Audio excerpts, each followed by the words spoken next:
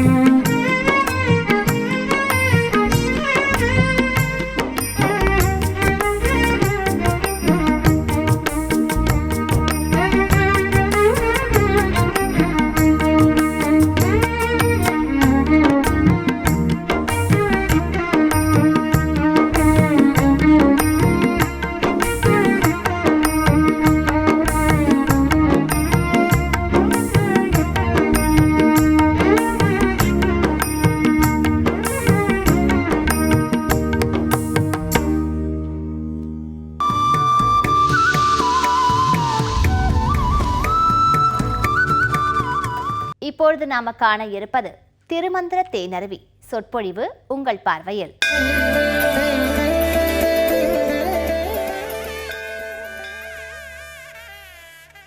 வாழ்வை வளமாக்குகின்ற திருமந்திரத்திலே 3ஆம் தந்திரத்தை நாம் பார்த்து கொண்டிருக்கின்றோம். அதில் அஷ்டமா சித்திகளிலே 686வது பாடலை பார்க்கின்றோம். ஈசத்துவம் என்ற ஒரு நிலை. இந்த ஈசத்துவம் என்றால் இறைவனுடைய அருகிலே செல்லுகின்ற ஒரு நிலை. சாலோகம், சாமீபம், சாரூபம், சாயுஜ்யம் என்று 4 நிலைகள் சொல்லுகிறார்கள். சராசரி நிலையிலிருந்து மனித நிலையிலிருந்து தெய்வ நிலைக்கு உயர்தல். இதைத்தான் வள்ளுவர் வையத்துள் வாழ்வாங்கு வாழ்பவன் வானுரையும் தெய்வத்துள் வைக்கப்படும். இறைநிலை. அந்த இறைநிலையை நோக்கி நாம் செல்ல செல்ல மனிதன் புனிதன் ஆகி விடுகின்றான். அந்த நிலையிலே என்ன அவனுக்கு சக்திகளெல்லாம் கிடைக்கின்றன என்ற பட்டியலிட்டு சொல்கிறார். தானே படைத்திட வல்லவன் ஆயிடும், தானே அழித்திட வல்லவன் ஆயிடும், தானே சங்காரத் தலைவனும் ஆயிடும், தானே இவன் என்னும் தன்மையன் நாமே. அதாவது படைத்தல், காத்தல், அழித்தல், இந்த 3ஐயும் செய்கின்றது இறைவன். அந்த இறைநிலைக்கு ஒரு மனிதன் உயர முடியும். எப்படி உயர முடியும்? தன்னுடைய ஆத்ம சக்தியை பெருக்கிக் கொள்ள வேண்டும். இப்போ நாம் நம்முடைய பண சக்தியை பெருக்கிக் கொள்கிறோம், பொருளாதார சக்தியை பெருக்கிக் கொள்கிறோம், உடலை வலுவாக்கி கொள்கிறோம். ஆனால் ஆன்மாவுக்குள்ளே இருக்கின்ற ஒரு சக்தி இருக்கின்றது, ஆத்ம சக்தி. அதை வளர்த்து கொள்கிறோமா? அதற்குரிய வழிகளைத்தான் திருமூலர் சொல்லுகிறார். உன்னுடைய ஆத்மாவுக்கு, உயிருக்கு ஒரு தன்மை இருக்கிறதப்பா, அதுக்கு ஒரு பசி இருக்கிறது. பலருக்கு அதுவே தெரிவதில்லை. வயிற்று பசி பலருக்கு தெரியும், சாப்பிடுகிறார்கள். அறிவு பசி பலருக்கு தெரியும், பல நூல்களை படிக்கிறார்கள். மனதுக்கென்று ஒரு பசி இருக்கிறது. அந்த மனதுக்கேற்ப பல சுற்றுலா தலங்களை சுற்றி சுற்றி வருகிறார்கள், இயற்கை காட்சிகளை கண்டு ரசிக்கிறார்கள். ஆத்மாவிற்கென்று ஒரு பசி இருக்கிறது. அந்த ஆத்மாவுக்குரிய பசியை எப்படி தீர்ப்பதென்றால் அதுதான் தியானம், தவம். நான் யார், நான் எங்கிருந்து வந்தேன், இதையெல்லாம் ஆய்வு செய்கின்ற ஒரு நிலை, ஆத்ம விசாரம் என்று அதை சொல்லுவார்கள். அதைத்தான் இங்கு சொல்லுகிறார். அந்த நிலைக்கு நீ மேலே உயர்ந்து சென்று விட்டால் இந்த உலகத்தை படைத்து காத்து அழிக்கின்ற ஆற்றல் உனக்குள்ளே வருகும். நீ சித்தராகி விடுவாய். நமக்கு இந்த சித்தர் பட்டியலில் முதலாவதாக இருப்பவர் அகத்தியர். இந்த அகத்தியர் என்பவர் எவ்வாறு ஒரு சித்தர் என்பதற்கு ஒரு உதாரணம் பார்க்கலாம். 2 அரக்கர்கள் இருந்தார்கள். இந்த சித்தர் என்பதற்கு நேர் முரணான ஒரு பொருள் தான் அரக்கர் என்பவர். ஏன்னா அடங்காதவர்கள் அரக்கர்கள். இரக்கம் என்று ஒரு பொருள் இல்லாத நெஞ்சினர் அரக்கர் என்று உள்ளார், அறத்தின் நீங்கினார். கம்பர் சொன்னார். அரக்கன்னா யாருன்னு ஒரு கேள்வி கேட்டதுக்கு கம்பர் பதில் சொல்கிறார், இரக்கமே இல்லாத ஒரு மனிதன் அரக்கன். இன்றைக்கு நம்ம மனிதர்களுக்குள்ளேயே நிறைய அரக்கர்கள் இருக்கிறார்கள், இரக்கமுள்ள தேவர்கள் இருக்கிறார்கள் மனிதர்களுக்குள்ளேயே. அப்படி இருந்தார்கள் 2 பேர், வாதாபி, இல்வலன். அந்த வாதாபி, இல்வலன் 2 அரக்கர்களும் என்ன பண்ணுவாங்க, விளையாடுவாங்க. அவருடைய விளையாட்டு என்னென்னா அடுத்தவர்களை அழ வைத்து பார்ப்பது தான் அவங்க விளையாட்டு. இதுதான் அரக்கர்களுடைய தன்மை. சாடிஸ்ட்னு சொல்கிறாங்க அவங்கள, அரக்கர்கள். அடுத்தவர்களை மகிழ்வித்து பார்ப்பவர்கள் நல்லவர்கள், தேவர்கள். அடுத்தவர்களை அழ வைத்து பார்ப்பவர்கள் என்ன பண்ணுவான், வாதாபி ஒரு ஆடாக மாறுவான். உடனே அங்கே யார் சித்தர்கள் வருகிறார்களோ, முனிவர்கள் வருகிறார்களோ, அந்த வாதாபி ஆடாக மாறினவனை உணவாக சமைத்து இல்வலன் என்பவன் அவருக்கு உணவாக கொடுப்பா. அவர் நல்லா சாப்பிட்ட உடனே வாதாபி வெளியில் வான்னு சொன்ன உடனே வயிற்றை கிழித்து கொண்டு வந்துடுவான் அவன். இவர் இறந்து போய்விடுவார். இப்படியே எல்லா முனிவர்களையும் அவர்கள் துன்புறுத்தினார்கள், உயிரை விடச் செய்தார்கள். அகத்தியர் வந்தார், சித்தர், முதல் சித்தர். அந்த அகத்தியருக்கும் அப்படி வாதாபியை ஒரு ஆடாக மாறினான், உணவாக சமைத்தான் இல்வலன். உணவாக சமைத்து அகத்தியருக்கு போட்டான். அகத்தியர் அதை சாப்பிட்டார். சாப்பிட்ட உடனே வழக்கம் போல இவன் சொன்னான், வாதாபி வயிற்றை கிழித்து கொண்டு வா அப்படின்னா. உடனே அகத்தியர் சொன்னாரா, உங்களுக்கு தெரியும் அகத்தியர் என்பவர் குள்ளமாக இருப்பார். அருந்தமிழ் குறுமுனி என்று அழகாக அருணகிரிநாதர் பாடுவார். அருந்தமிழ் குறுமுனி. நமக்கு தமிழை கொடுத்தவர் முதல்ல அகத்தியர் தான். நம்முடைய முதல் தமிழ் இலக்கண நூலே அகத்தியம்தான். அப்படி அகத்தியர் வயிற்றை தடவி கொண்டே சொன்னாரா, வாதாபியா எங்கே இருக்கிற, வாதாபி ஜீரணோத்பவா அப்படின்னாராம். அவன் ஜீரணமாகி விட்டான்னா. அதுவரை மற்ற முனிவர்கள் வயிற்றை கிழித்து கொண்டு வந்த வாதாபியை அகத்தியர் என்று ஒரு சித்தர் அழித்து வயிற்றுக்குள்ளேயே அவனை புதைத்து விட்டார். இதைத்தான் திருமூலர் அழகாக சொன்னார். சித்தர்களிடம் போய் விளையாடக்கூடாது. ஏனென்றால் கடவுளைப் போல அவர்கள் ஆற்றல் படைத்தவர்கள். உருவாக்க முடியும், காக்க முடியும், அழிக்கவும் முடியும். அதுதான் வரம் கொடுப்பார்கள், ஆசி கொடுப்பார்கள், சாபம் கொடுப்பார்கள். பாருங்கள், இந்த மூன்றையும் பாருங்கள். ஞானிகள் சித்தர்களெல்லாம் வரம் கொடுத்தா புதியது நமக்கு கிடைக்கும். ஆசிகள் கொடுத்தா நம்ம வாழ்க்கை காப்பாற்றப்படும். சாபம் கொடுத்தா நம் வாழ்க்கை அழிந்து விடும். எனவே உண்டாக்குதலும் பாதுகாத்தலும் அழித்தலும் சித்தர்களுக்கு கைவந்த கலை. அதைத்தான் சொல்லுகிறார், தானே படைத்திட வல்லவன் ஆயிடும். அந்த சித்தர்கள் இறைவனுடைய அருள் பெற்றவர்கள், யோகம் பயின்றவர்கள், தன்னை வருத்தி கொண்டு இறைநிலைக்கு பக்கத்திலே போய் நிற்பவர்கள் இந்த உலகத்தை படைப்பார்கள். தானே அழித்திட வல்லவன் ஆயிடும். தானே சங்காரத் தலைவன். சங்காரம்னா அடிப்பது. இவை மூன்றும் சித்தர்களுக்கு கைவந்த கலை. எனவே அப்படிப்பட்ட ஆற்றல் மிக்க யோகத்தை நாமும் பயில வேண்டும். நாமும் அந்த ஆத்ம சக்தியை பெற வேண்டும்.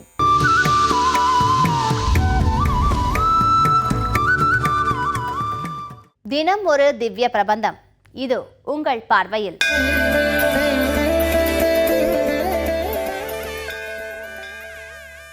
ஸ்ரீமதே ராமானுஜாய நம.